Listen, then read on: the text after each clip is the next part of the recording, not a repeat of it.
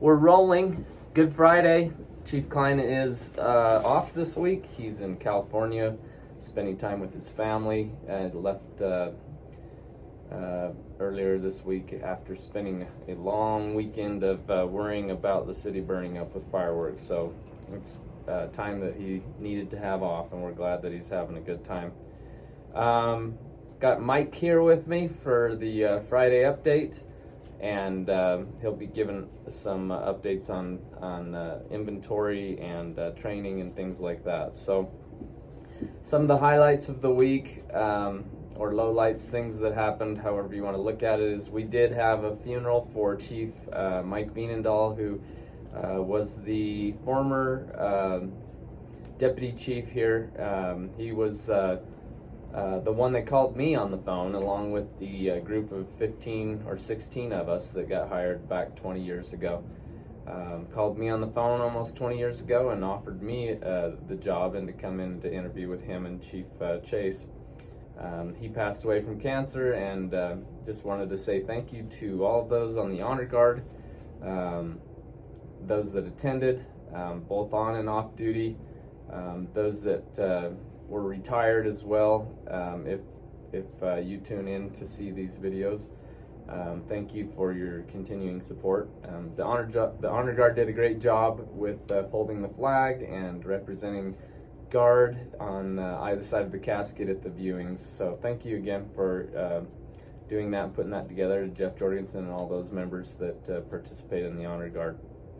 Also, thank you to those that helped in any way during the 4th of July this past weekend. I feel like overall we had a successful weekend.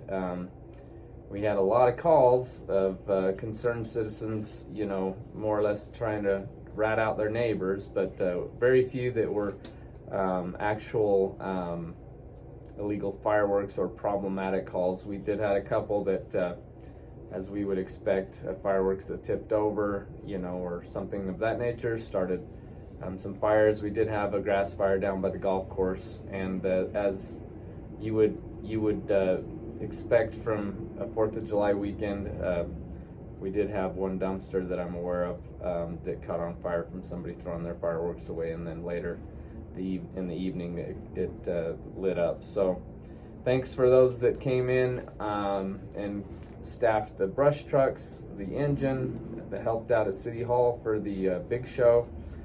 I know we had Adam on the first aid that evening at the promenade, and for those that came in to help staff at the Real soccer game and the fireworks show there as well.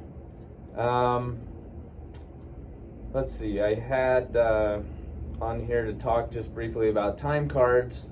If you read the notes from staff meeting, you're probably aware that if there is an error on your time card for whatever reason, that it will be brought up and brought to your attention, and an email will be sent by you by Carrie notifying you of the error in the time card, and in certain situations you will be asked to send a reply to myself and Chief Klein and your battalion chief, just notifying them of what occurred, and it will serve several purposes, just to kind of step up our game in checking and reviewing our time cards, and it will also notify us of any issues with the system, of things not being saved, and circumstances like that we may need to address with the time card software if things aren't saving properly. So we appreciate you cooperating and participating with that, so that we can make things function a little bit better. The other part of that was exception reports. I'm going to let Mike talk a little bit about that, and then he can roll right into some other items, some medical supply orders and things like that. Perfect. So exception reports are now available through the JOT form. I sent out a QR link that has or an email with a QR link that you can download the new app that has all of our forms on there. You can download that to any device, your own cell phone if you'd like, all the iPads, and on there you'll find all the exception reports, loss and damage forms, and all of our other tracking forms for JotForm on there. So start using those. This next pay period will be the last time we'll accept the paper exception ports, so we're going to go to that electronic one. As far as training, Live Fire Tuesdays starts up again this week. It got canceled this week just due to the busy week of the 4th. But Salt Lake City is hosting, if you get a chance to go up to that. It's a great training opportunity. They have 2 awesome scenarios I went up and watched the other day. So take advantage of that. Ask your BCs if you can get roved up there for those Tuesday Live Fires. We have a Train the Trainer class going on July 20th for firefighter suicide prevention. It's going to be at Lone Peak Hospital. It's free of charge. If you'd like to attend that, we're looking for more people to jump in on that. Please talk to myself or Emma Weatherhead to get signed up for that. It'll be a great mental health training for anybody who wants to go to it. Lastly, our ENVI inventory system.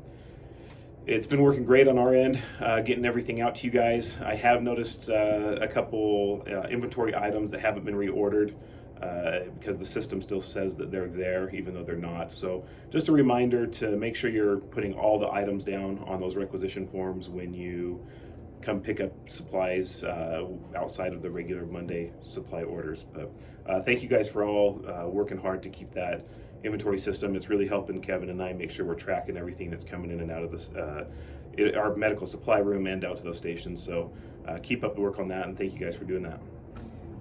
Thanks, Mike. Yeah, we've been trying to streamline a lot of processes. The JotForm has been helpful in many instances, including the newest, which is the exception report. So hopefully that makes things easier for you guys to turn them in, and it will be a little learning curve as new things typically are, and so we appreciate you guys working on that. Anything else that you guys can think of, feel free to use the JotForm, as you're probably aware, to make recommendations or thoughts that you can submit to Chief Klein through that same JotForm that was sent out last week or the week before that was created. So lastly, just wanted to put out there that Chief Klein did offer a position to Brady Kwan, who was one of the recruits that came through in our latest testing process. We had 5 or 6 at the top there that we interviewed, and all of them would have been great. If there are any still available come the end of the year and we have positions available, if they're still on the list, they'll be offered positions. So at this time we've offered it to Brady Kwan. He will start on July 26th and then start the academy shortly after that in the first part of February. So we look forward to having him on the family team and working alongside with us. We feel like we made a great choice. That's seconded by those Mike and Brandon and all those that helped out with the testing process. So we look forward to that and working with him. So enjoy your weekend. We'll have Chief Klein back next week. And thank you for all you do. Be safe.